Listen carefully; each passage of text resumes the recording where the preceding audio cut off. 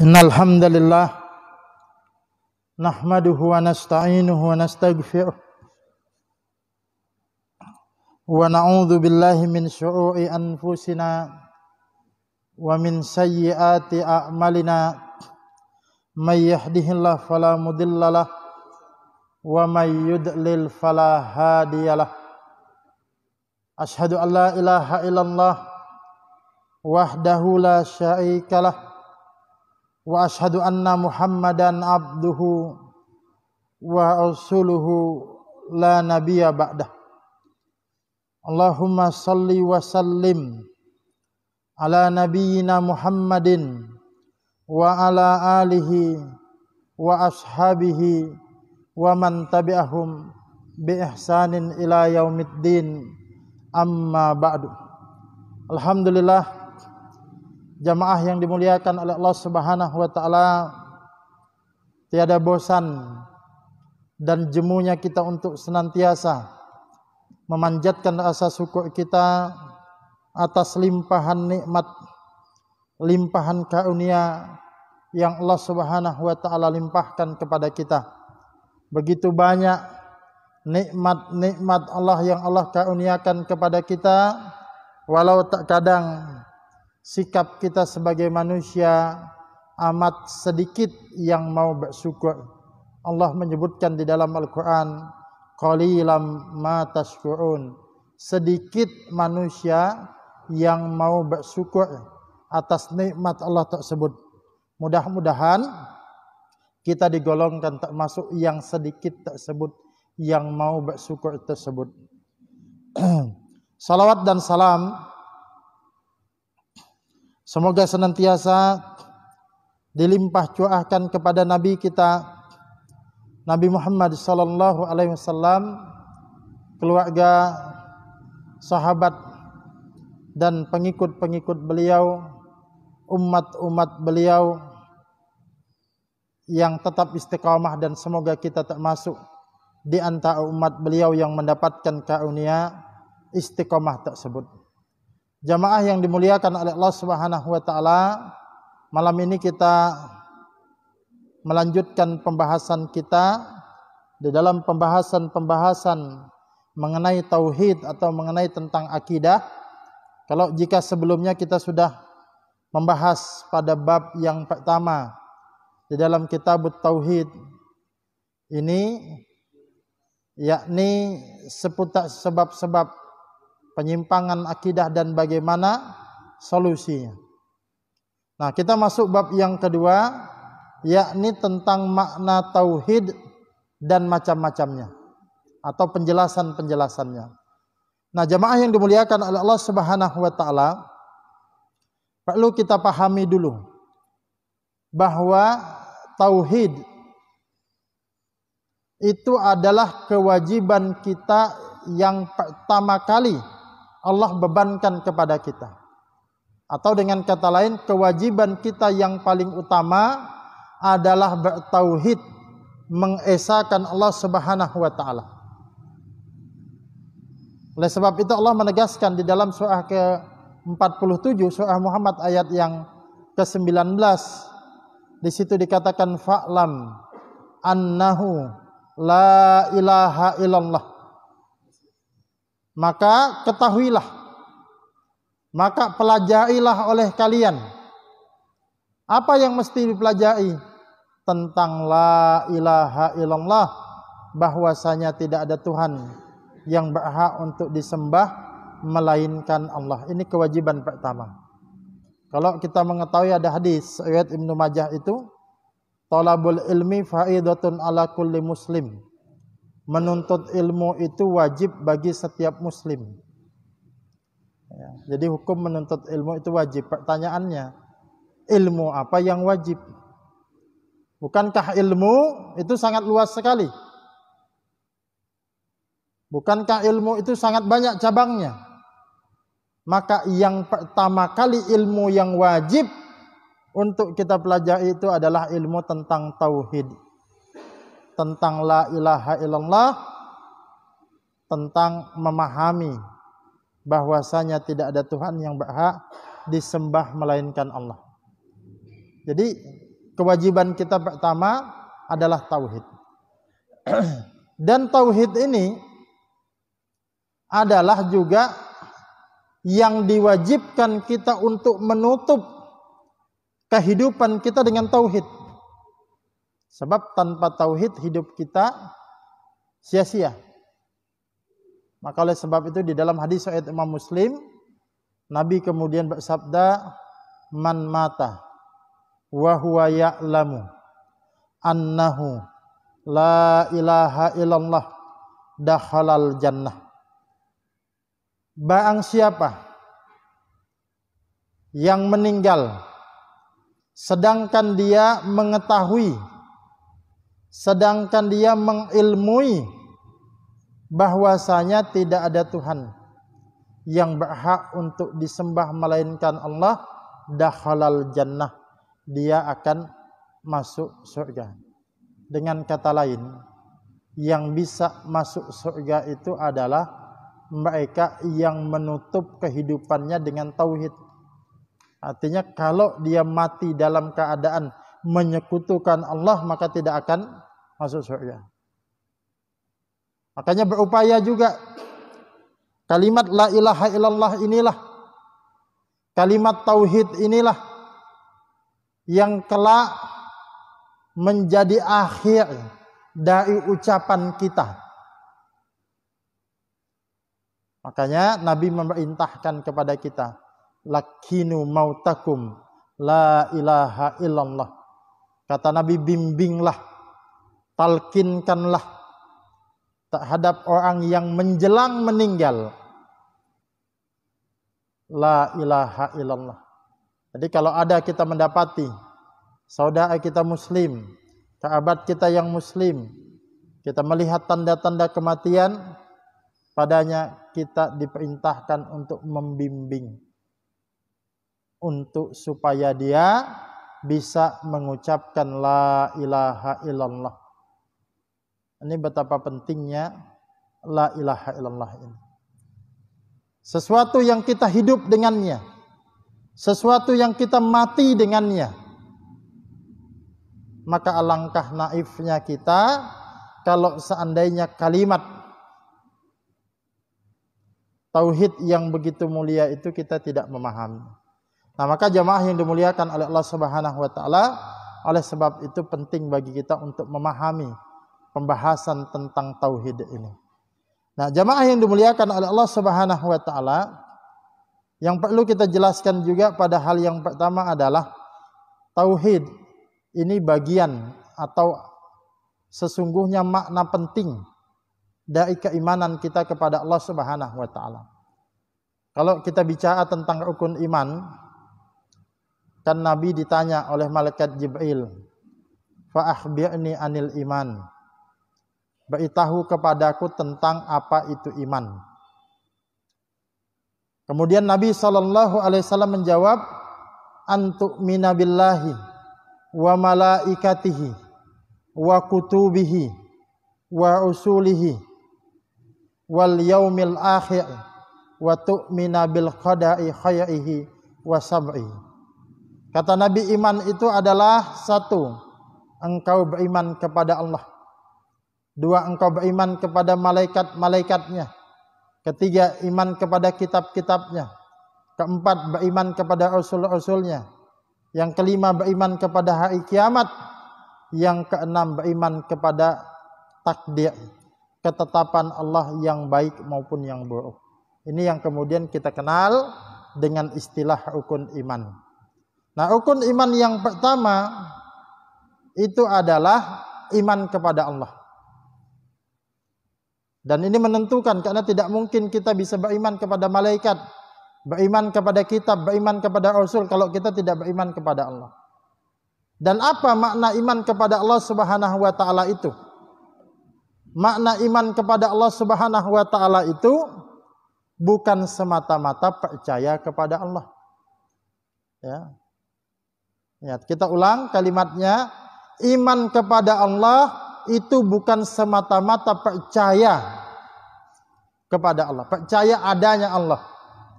Sebab kalau sebatas iman itu yang penting percaya. Iblis pun percaya akan adanya Allah. Bahkan dia mengatakan Allah lah yang menciptakan dia. Ya, Allah lah yang menciptakan Adam. Paham iblis. Kalau iman itu sebatas yakin Allah itu ada, Abu Lahab, Abu Jahal itu pun yakin bahwa Allah itu ada. Ya, sebagaimana nanti disebutkan salah satunya di dalam surah Yunus, surah yang ke-10, ayat yang ke-31. Di situ dijelaskan apabila engkau tanyakan kepada mereka, siapa yang menciptakan, siapa yang menghidupkan, siapa yang mematikan, siapa yang mengeluarkan yang hidup dari yang mati, mengeluarkan yang mati dari yang hidup, siapa yang mengatur segala urusan, saya kulunallah, niscaya mereka orang-orang musyrik itu semua akan menjawab Allah yang menciptakan itu semua. Tapi sungguh yang dimaksud iman kepada Allah bukan semacam itu. Makanya definisi sederhananya bisa kita sebutkan iman kepada Allah itu adalah al-imanu billah. Maknahu iman kepada Allah maknanya adalah al-i'tiqadul jazim. Keyakinan yang kuat, keyakinan yang mantap, annallaha wahidun la syarikalah, bahwa Allah itu esa, Allah itu satu dan tidak ada sekutu baginya. Jadi orang yang disebut beriman kepada Allah itu adalah mereka yang mengesakan Allah, mereka yang meyakini bahwa Allah itu esa, itu yang beriman. Jadi kalau ada orang percaya kepada Allah, tapi di sisi lain percaya juga kepada yang lain,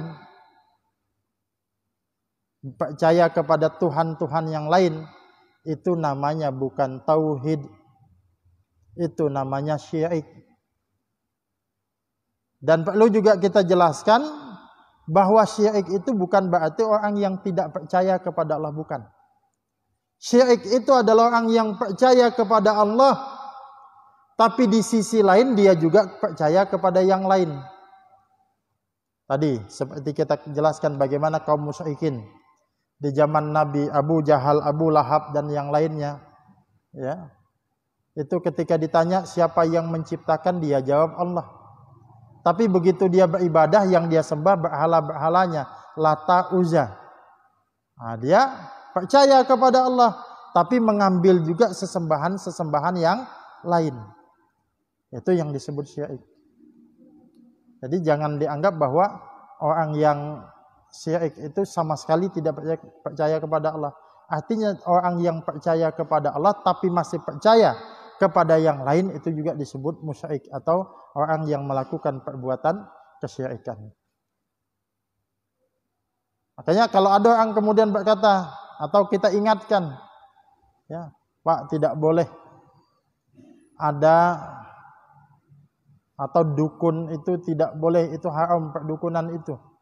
Ya, ilmu-ilmu santet itu tidak boleh. Datang kepada dukun itu dilarang. Dia jawab, ini hanya usaha, tapi keyakinan saya tetap sama Allah. Itu tetap musyrik itu. Nah, kemarin saya baca tidak tahu di kota mana itu. Mau ada festival dukun, Pak, ya. Nah, dukun ini mau dijadikan destinasi wisata. Kita sedih ini. Belum hilang derita, bencana. Kalau sampai festival perdukunan itu lagi dilaksanakan dan tidak ada upaya untuk mencegahnya, ya jangan salahkan kalau bencana-bencana akan terus datang. Nah, kita kembali bahwa orang yang beriman kepada Allah adalah yang bertauhid. Kalau dia tidak bertauhid, maka dia tidak beriman. Misalnya orang Nasrani, itu kan mereka percaya kepada Allah. Tapi di samping percaya kepada Allah, mereka masih percaya lagi makanya kepada Tuhan yang lain. Makanya konsep ketuhanan mereka Trinitas, 3 Tuhan. Sekalipun mereka percaya kepada Allah, tapi mereka tidak dianggap beriman kepada Allah. Nah, keyakinan bahwa Allah itu adalah Esa, tidak ada sekutu baginya, inilah yang disebut tauhid. Makanya sederhana ulama juga menjelaskan bahwa makna tauhid itu adalah ifradullah, mengesakan Allah Subhanahu wa taala. Wa huwa qaulun la ilaha illallah, dan tauhid itu atau maknanya terkandung di dalam kalimat la ilaha illallah. Tauhid mengesakan Allah. Kalimat tauhid itu adalah la ilaha illallah, yang maknanya la ma'buda bihaqqin illallah. Tidak ada ilah, tidak ada sesembahan yang berhak untuk disembah kecuali hanya Allah Subhanahu wa taala saja. Jadi jamaah yang dimuliakan oleh Allah Subhanahu wa taala, maknanya tidak ada Tuhan yang berhak untuk disembah melainkan Allah ini menunjukkan apa saja yang dipertuhankan oleh manusia, ya, itu adalah sebenarnya sesuatu yang tidak layak untuk dipertuhankan. Karena Tuhan yang hak, Tuhan yang layak untuk dipertuhankan itu hanya Allah Subhanahu wa taala. Nanti sebagaimana dijelaskan dalam satu ayat bahwa Allah lah satu-satunya yang berhak untuk diibadahi, sedangkan apa-apa yang mereka seru selain Allah itu adalah Tuhan-Tuhan yang batil, artinya sesuatu yang tidak layak untuk dipertuhankan. Jamaah yang dimuliakan oleh Allah Subhanahu wa taala, dulu kaum muslimin pada awal-awalnya ketika dijelaskan tentang tauhid atau ketika disebut la ilaha illallah, itu mereka sangat paham maknanya. Makanya suatu ketika Nabi mulai diperintahkan untuk dakwah terang-terangan, kan di dalam fase dakwah Nabi itu ada beberapa tahap. Secara garis besar ada fase yang disebut dengan fase Makkah dakwah Nabi. Ada lagi yang kedua adalah fase Madinah atau Madaniyah.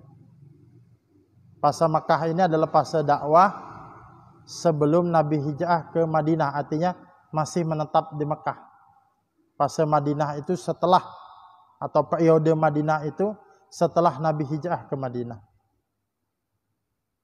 Itu dari total kurang lebih 23 tahun dakwah Nabi, atau Nabi mendapat amanah menjadi Nabi dan Rasul, kemudian beliau wafat pada usia kurang lebih 63 tahun. Jadi 23 tahun lamanya. 13 tahun beliau habiskan berdakwah di Makkah, sedangkan 10 tahun itu di Madinah. Nah, di Makkah itu pun nanti bisa kita bagi menjadi dua lagi. Ada dakwatus sir, dakwah yang sembunyi-sembunyi. Maksudnya dakwah sembunyi-sembunyi ini bukan kayak orang anak kecil main sembunyi-sembunyian, bukan. Dakwahnya belum terbuka, belum di depan umum, baru mengajak kepada orang-orang dekatnya saja. Makanya di dalam sejarah itu dicatat, siapa yang pertama kali masuk Islam, lelaki dewasa yang pertama kali masuk Islam itu adalah Abu Bakar As-Siddiq. Sedangkan wanita yang pertama yang beriman kepada agama yang beliau bawa yang masuk Islam adalah Khadijah, istri beliau. Sedangkan dari kalangan anak-anak yang pertama sekali menerima dakwah beliau adalah Ali bin Abi Thalib. Itu dakwah sembunyi-sembunyi dalam makna orang-orang dekat saja. Tapi nanti sampai ada perintah dari Allah Subhanahu wa taala kepada Nabi untuk dakwah terang-terangan. Terang-terangan itu terbuka. Artinya sudah mulai lebih umum lah dakwahnya. Dan di sini mulai sudah resiko kemudian didapat oleh Nabi. Nah, suatu ketika Nabi sebelum menyampaikan ajakannya, dakwahnya kepada penduduk Mekah, Nabi terlebih dahulu naik ke Bukit Sofa, lalu mengundang kabilah-kabilah yang ada. Ya, kalau kita bilang kabilah-kabilah itu kurang lebih kelompok-kelompok masyarakat atau suku-suku yang ada di Mekah pada saat itu. Diundang, lalu mereka berkumpul, karena cepat mereka kalau Nabi yang mengundang. Lalu sebelum menyampaikan ajakannya, Nabi mengatakan, kalau seandainya, kata Nabi, di balik bukit ini, dan Nabi tadi berada di Bukit Sofa, seandainya di balik bukit ini ada pasukan yang akan menyerang kalian, apakah kalian percaya? Serentak mereka mengatakan, kami percaya, karena kami tidak mendapati engkau itu pernah berdusta. Jadi percaya mereka apa yang dikatakan oleh Nabi. Makanya Nabi itu sebelum diangkat ya, menjadi Nabi dan Rasul pun sudah mendapatkan julukan Al-Amin, yang dapat dipercaya. Bahkan ini tradisi atau kebiasaan orang-orang Mekah. Mereka kalau mau bepergian atau ketika ada kebutuhan untuk menyimpan hartanya, menitipkan uangnya, dititip kepada Nabi. Karena dulu tidak ada bank, jadi Nabi itu seperti banknya, dititip. Karena mereka tahu kalau sudah dititip kepada Muhammad itu aman dan orangnya dapat dipercaya. Ini menunjukkan bahwa tingkat kepercayaan penduduk Mekah pada saat itu sangat tinggi. Tapi bukan itu inti yang ingin disampaikan Nabi. Lalu Nabi mengatakan, aku akan mengajak kalian kepada satu kalimat yang akan menyelamatkan kalian. Kalimat itu intinya adalah kalimat la ilaha illallah. Tidak ada Tuhan yang berhak untuk diibadahi kecuali hanya Allah. Lihat, kalau tadi mereka percaya tidak pernah mendapati Nabi berdusta, seketika itu langsung berubah ketika diajak. Itu adalah kalimat tauhid. Abu Lahab, yang tidak lain dan tidak bukan adalah paman Nabi sendiri, mengatakan, tabban laka ya Muhammad, celaka engkau wahai Muhammad, alihada jamak tanah, hanya untuk inikah kau mengumpulkan kami? Dia kecewa, dia menolak kalimat tauhid itu. Cuma untuk ini kau mengumpulkan kami? Jadi ucapan Abu Lahab itu dibalas. Bukan dibalas oleh Nabi, tapi langsung dibalas oleh Allah Subhanahu wa taala. Tabbat yada abi lahabi wa tab. Kalau tadi dia mengatakan tabban laka, celaka engkau hai Muhammad, tapi Allah mengatakan tabbat yada, celakalah kedua tangan Abu Lahab, wa tab, dan celakalah dia. Dua kali Allah menyebut kecelakaan, kebinasaan bagi Abu Lahab itu. Nah, apa yang ingin saya sampaikan di sini jamaah yang dimuliakan oleh Allah Subhanahu wa taala? Kenapa begitu mendengar kalimat la ilaha illallah, Abu Lahab seketika itu langsung menolak? Karena Abu Lahab paham betul Kalau mengucapkan la ilaha illallah itu maknanya tidak ada Tuhan yang berhak disembah selain Allah, maka dia mesti meninggalkan penyembahan, peribadahannya terdahulu. Kalau dia mengucapkan la ilaha illallah, maka dia mesti meninggalkan tradisi nenek moyangnya yang bertentangan dengan tauhid itu. Kalau dia mengucapkan la ilaha illallah, maka dia harus meninggalkan hukum-hukum jahiliyah itu. Makanya dia menolak. Karena apa? Orang dulu paham banget. Paham betul apa yang dimaksud dengan la ilaha illallah, karena bahasa mereka masih bahasa yang asli. Nah, sementara kita saat ini jamaah yang dimuliakan oleh Allah Subhanahu wa taala masih banyak yang belum memahami apa sih hakikat la ilaha illallah itu. Sebagian kita menganggap la ilaha illallah itu ya sudah sederhana saja, tidak ada Tuhan selain Allah. Yang penting saya percaya kepada Allah. Maka tidak mengherankan di tengah masyarakat kita ini ada sebagian yang mereka kemudian mengucapkan la ilaha illallah, berzikirnya dengan la ilaha illallah, tapi kalau kemudian barangnya hilang yang dicari dukun, berobatnya ke dukun, meramal nasibnya bagaimana supaya dagangnya laris, datangnya ke dukun, padahal mengucap la ilaha illallah. Makanya ada ungkapan begini, orang dahulu menolak mengucapkan la ilaha illallah sebab mereka paham apa itu la ilaha illallah. Makanya tidak mau, karena berat konsekuensinya. Orang sekarang banyak yang mudah mengucapkan la ilaha illallah karena mereka tidak paham. Harusnya kalau mereka paham, mereka pasti meninggalkan tradisi kemusyrikan, meninggalkan sesajen-sesajen, mestinya begitu. Tapi kita kemudian masih mendapati kadang-kadang ada yang sudah mengucapkan la ilaha illallah tapi masih ikut peribadatan agama lain. Mengucapkan la ilaha illallah tapi masih ikut peringatan hari raya agama lain. Ini masih menunjukkan bahwa la ilaha illallah itu belum dipahami secara baik. Hanya dianggap sudah tidak ada Tuhan selain Allah begitu saja. Padahal ada konsekuensinya. Nah, melihat hal ini, pentingnya penjelasan tentang la ilaha illallah ini, disitulah akhirnya para ulama merinci tentang penjelasan tauhid itu.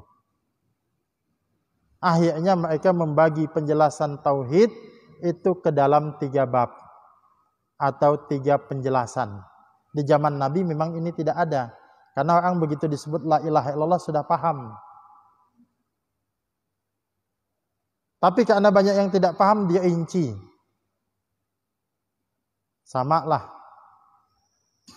seperti kita.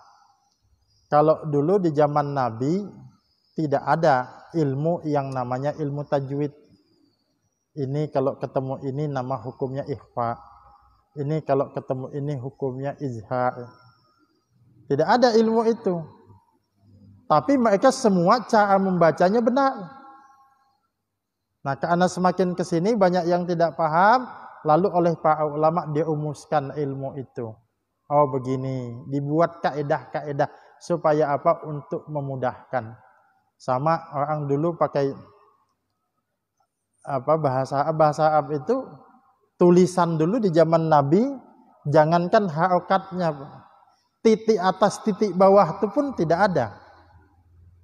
Tapi semakin ke sini kan semakin orang susah untuk membaca, banyak yang salah-salah, dibuatlah untuk memudahkan. Nah, begitu juga penjelasan tentang tauhid ini. Para ulama merasa perlu dijelaskan lebih detail lagi. Maka tauhid itu dibagi ke dalam 3 hal atau 3 penjelasan. Yang pertama adalah tauhidul rububiyah, tauhid rububiyah. Yang kedua adalah tauhidul uluhiyah, tauhid uluhiyah. Yang ketiga adalah tauhidul asma'i was sifat, tauhid asma' was sifat. Nah, ini yang akan kita jelaskan secara bertahap insyaallah. Yang pertama jamaah yang dimuliakan oleh Allah Subhanahu wa taala, tauhid rububiyah. Apa itu tauhid rububiyah? Tauhid rububiyah itu adalah al-imanu bi annallaha huwal khaliq wal razik wal mudabbir alladzi yuhyi wa yumit. Tauhid rububiyah itu adalah percaya, beriman bahwasanya Allah itu adalah sang pencipta yang memberikan rezeki, yang mengatur segala urusan.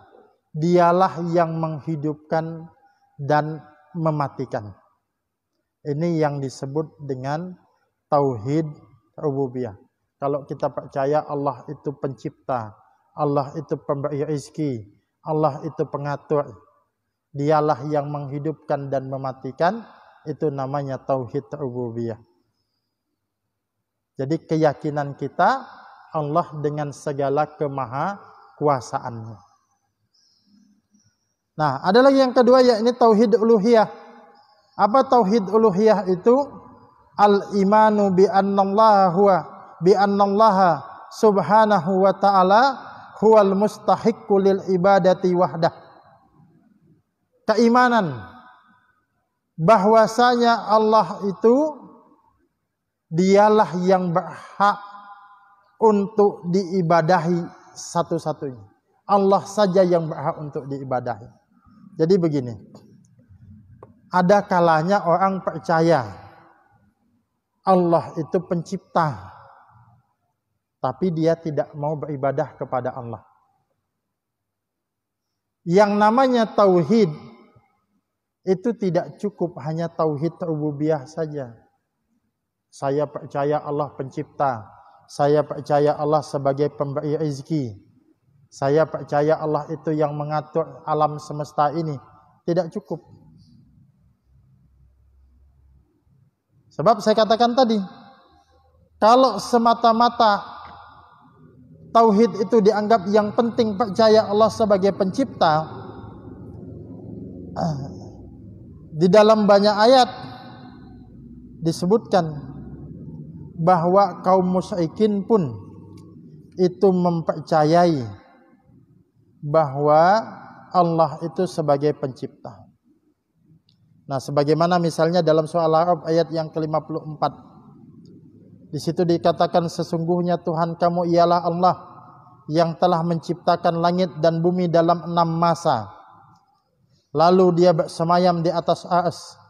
Dia menutupkan malam kepada siang yang mengikutinya dengan cepat, dan diciptakan pula matahari, bulan dan bintang-bintang, masing-masing tunduk kepada perintahnya. Ingatlah, menciptakan dan memerintahkan hanya hak Allah. Maha suci Allah Rabb semesta alam. Ini tauhid rububiyah. Nah, keyakinan yang semacam ini itu dimiliki oleh musyrikin tadi. Contohnya adalah dalam surah Yunus ayat 31 tadi. Ketika dikatakan siapa yang menciptakan itu semua, siapa yang mengatur itu semua, saya kulunallah, mereka menjawab Allah. Bahkan iblis itu sebagaimana kita ketahui kan menolak sujud kepada Adam. Sujud dalam makna memberi penghormatan kepada Nabi Adam, dia menolak. Apa alasan iblis itu menolak sujud kepada Adam? Alasannya, ana khairum minhu, aku itu lebih baik daripada Adam. Engkau ciptakan aku ini dari api, sedangkan engkau ciptakan Adam itu dari tanah. Itu alasan iblis. Ingat, engkau ciptakan aku, ini menunjukkan iblis masih percaya Allah sebagai pencipta. Engkau ciptakan Adam dari tanah, ini menunjukkan bahwa iblis juga sebagai Allah juga sebagai pencipta Nabi Adam. Iblis yakin bahwa Allah itu sebagai pencipta Nabi Adam. Tapi kenapa Allah tetap mengatakan aba wastakbara wa kana minal kafirin? Iblis itu enggan lagi menyombongkan diri, tak masuklah dia golongan orang-orang yang kafir. Kenapa? Karena dia tidak tunduk kepada Allah Subhanahu wa taala. Nah, ini kesimpulan sederhananya, singkatnya, jamaah yang dimuliakan oleh Allah Subhanahu wa taala, bahwa tidak cukup dengan tauhid rububiyah. Meyakini Allah sebagai pencipta itu penting, itu wajib. Tapi tidak cukup itu. Mesti direalisasikan dengan ibadah kepada Allah Subhanahu wa taala. Makanya di sini dikatakan oleh para ulama, perbedaan tauhid rububiyah dengan tauhid uluhiyah itu adalah tauhid rububiyah mengesahkan Allah dalam perbuatan-perbuatan Allah. Maksudnya kita meyakini yang menurunkan hujan itu Allah, itu tauhid rububiyah. Meyakini bahwa yang menciptakan langit dan bumi itu adalah Allah, itu tauhid rububiyah. Allah lah yang memberikan rezeki, itu tauhid rububiyah. Segala perbuatan Allah kita yakini itu tauhid rububiyah. Sedangkan tauhid uluhiyah mengesahkan Allah dalam perbuatan-perbuatan hamba, dalam perbuatan-perbuatan kita. Maksudnya bagaimana? Sebagai bukti kita bertauhid, kita harus beribadah kepada Allah Subhanahu wa taala semata. Kalau kita yakin Allah yang menurunkan hujan, tapi ternyata kita tidak merealisasikan ibadah kepada Allah, justru ini yakin nih Allah itu menurunkan hujan. Tapi kalau kemudian ini masih percaya kepada pawang hujan, artinya tidak beribadah kepada Allah, tidak meminta, tidak berdoa kepada Allah Subhanahu wa taala. Ada orang yang meyakini rezeki itu Allah yang ngatur. Tapi di dalam perbuatannya dia, di dalam prakteknya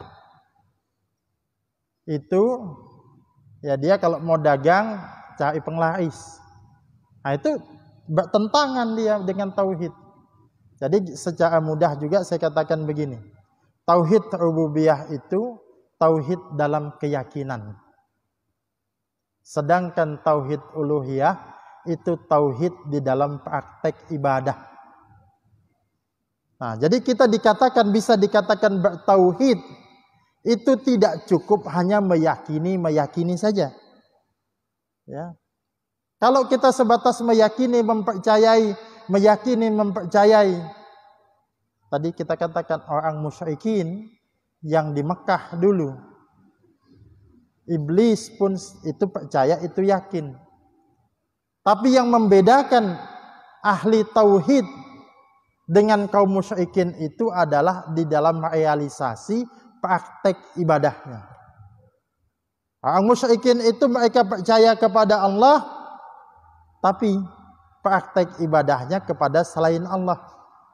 Nah, seperti orang musyrikin Mekah itu kalau ditanya, siapa yang menciptakan saya? Qulunallah. Mereka akan jawab Allah. Tapi ibadah tetap saja kepada Lata, tetap saja kepada Uzza, kepada berhala-berhala yang ada.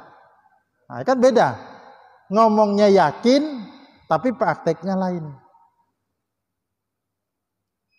Nah, kita juga begitu. Kita harusnya meyakini Allah itu pemberi rezeki. Prakteknya juga kita mencari rezekinya dengan cara yang halal. Tapi kalau kemudian kita, tadi saya katakan, yakin Allah pemberi rezeki, Allah yang ngatur rezeki. Tapi prakteknya dalam dagang, minta penglaris misalnya, datang kepada dukun, artinya itu persis seperti orang musyrik. Satu sisi yakin, tapi beda yang dipraktekkan. Nah, itu. Jadi intinya harus dua-duanya, keyakinan dan praktek ibadah kita. Ya. Nah, mungkin itu jamaah yang dimuliakan oleh Allah Subhanahu wa taala. Insyaallah pekan depan kita lanjut lagi persoalan tauhid rububiyah dan tauhid uluhiyah ini, termasuk nanti di antaranya asma wa sifat. Ya, ya silakan Pak singkat.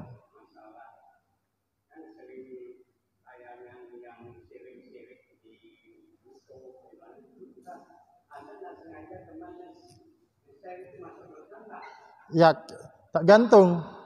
Kalau dia dengan penuh kesadaran menge-share itu berarti ikut menyebabkan kebatilan. Maka itu termasuk. Makanya kita juga harus pilih-pilih informasi. Makanya sebelum kita share itu penting untuk kita tonton dulu. Ya. Tapi kalau kemudian dia tidak sengaja, ini perlu diingatkan supaya tidak terulang lagi, ya. Nah, maka sekali lagi pesan saya, sebelum mengcopy paste atau menge-share sesuatu, penting untuk kita tonton dulu, untuk kita baca dulu. Kadang-kadang jangan mudah tertipu dengan judul saja, ya. Nah, ini penting, harus lihat konten isinya. Kalau dia sudah tahu itu salah tapi disebarkan, bisa jadi ikut dosa dia, menyebarkan kebatilan. Mungkin itu Pak, mudah-mudahan ada manfaatnya. Assalamualaikum warahmatullahi wabarakatuh. Bergabunglah bersama gerakan Infak Peduli Dakwah. Hanya dengan mendonasikan dana Anda sebesar Rp50.000 setiap bulan, berarti Anda telah membantu syiar dakwah Islam hingga ke berbagai wilayah pedalaman Kalimantan Timur. Karena dakwah tak harus ceramah. Kirim SMS atau WA Anda, ketik GIB Dakwah, kirim ke 0811 586 1331.